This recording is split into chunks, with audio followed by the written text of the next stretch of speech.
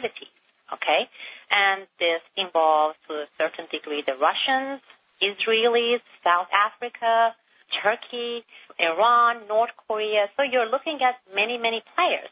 And when you have these players, and when you're looking at nuclear black market, the focus should not be, well, okay, so Pakistanis, we know that they have their nuclear weapons program, et cetera, so what's the big deal? The big deal is our hypocrisy-ridden foreign policy. And the fact that on one hand, we are talking about the danger of these weapons of mass destruction in the hands of whoever at the time we declare to be the axis of evil, and using this as a technique, as a tactic also to invoke fear here in our country and globally, saying that, you know, we are talking about the weapons of mass destruction and we are in danger and there are these bad guys out there who want to get us. And on the other hand, when it comes to these really serious issues and cases, a lot of them involving the weapons of mass destruction, we cherry-pick intelligence and we cherry-pick on what we are going to take action. As you know, right now we are talking about possibly attacking Iran because they may have these nuclear, capabilities and technology.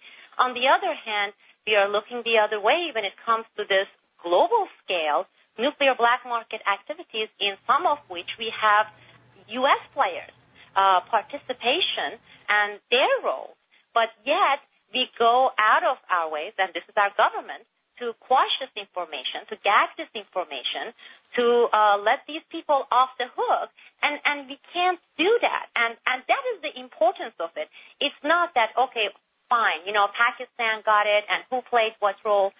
It is the fact that there is this nuclear black market, okay? And we have many, many players, and some of these players happen to be our allies. Some of these players happen to be U.S. persons, and yet we only get partial stories.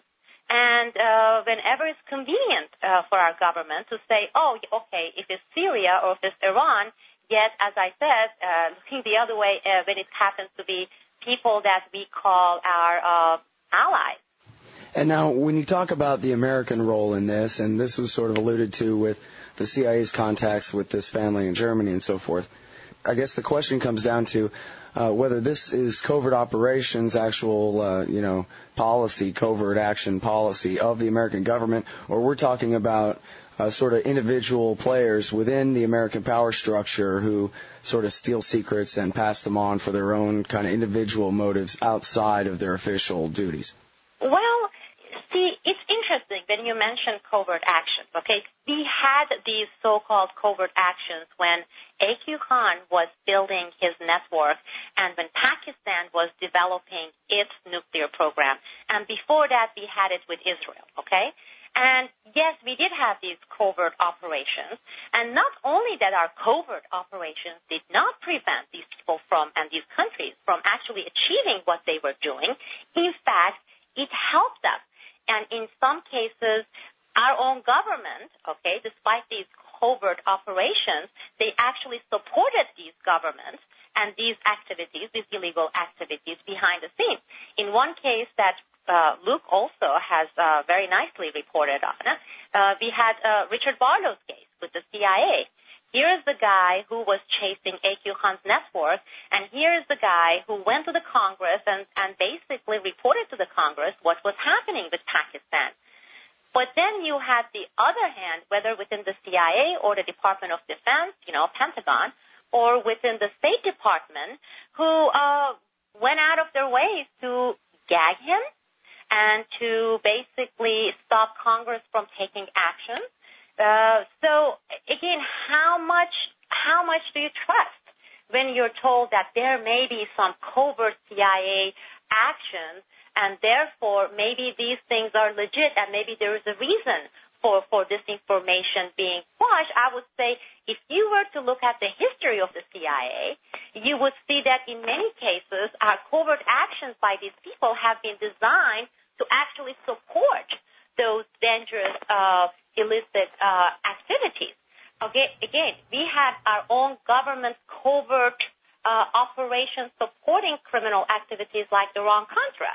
So whether or not CIA has some sort of a covert action cannot be any excuse, justification, or cover to say, okay, therefore maybe there's a reason for this to be quashed, legitimate reason. Right, although it seems like it could serve as legitimacy or cover from the point of view of individuals in the United States who want to go ahead and take part in it, that on some level this is our operation anyway, that kind of thing. I can't, I guess I could, but it doesn't seem too likely that the CIA would be, hiring Mark Grossman over at the State Department to do this kind of thing. Again, then you're looking at nuclear black markets. Then you're looking at any black markets, whether it's narcotics or whether it's the nuclear or just the conventional weapons. You're looking at a huge amount of money, okay? And as you know, money and power are the biggest drive for a lot of people. And that comes before any patriotism or any other loyalty. And so to say that, people like that may have other reasons, again, it may be misguided because when you're looking at these people, I'm sure you're going to get into, let's say, people like Dennis Haster's case. And that is, okay, you have individuals like that who go and get this public office job, and within a few years, they enrich themselves. And they come out a few years later as billionaires or multi-millionaires. I mean, you just had this great article that Anti-War posted last weekend. It had to do with Armitage and Tenet and Woolsey, and saying, okay, these people, they had access to information. They got out, and now they are making millions and millions and millions and millions, okay, by taking positions within these private entities. And when you're looking at these private entities, some of them with international activities, well, what is going to come first for these people?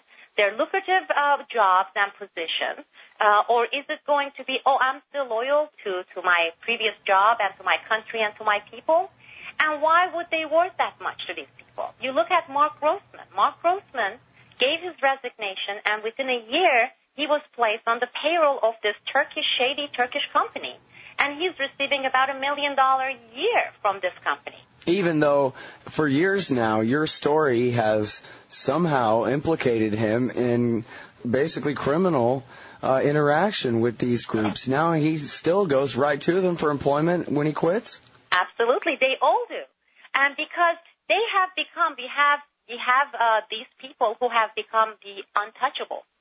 And again, your article that was published last weekend from Salon.com mentions 3 of them. You're looking at all these individuals. Look at, I just read the Senate intelligence report on Iraq, and they are, within this report, they are talking about, certain individuals' roles and even people who investigated this case. Well, they are referring to the inspector generals within the Department of Defense. Well, the chief inspector general, who was in charge of these investigations, Joseph Schmidt, he resigned in 2005, and 2 months later, he became the COO of Blackwater. Okay? And we still have these so-called investigations on Blackwater. I love that. Wait, I'm sorry, Sibel. I just have to tell you how much I enjoy that. This is not just some general or something. This is the inspector general. This is the head of internal affairs at the DOD, whose job it is to prevent things like this from happening himself. And this man was in charge of investigating my case, because my case also involved Major Douglas Dickerson, who happens to be right now Lieutenant Colonel Douglas Dickerson. And he's the person who shut down that investigation. It was in 2003, 2004. So now this man gets out of Pentagon, doesn't even wait for a year or two. 2 months later, he's hired by Blackwater. So what I'm trying to say here, you have this root problem in our country, okay? You have this pattern. So when you say, well, nothing happened to Mark Grossman, I'm telling you these people are untouchable. They are the untouchables because You see this with many, many people, and it's not raising any flags. The mainstream media is not reporting on it. The Congress is not doing anything about it. So what does Mark Grossman have to worry about?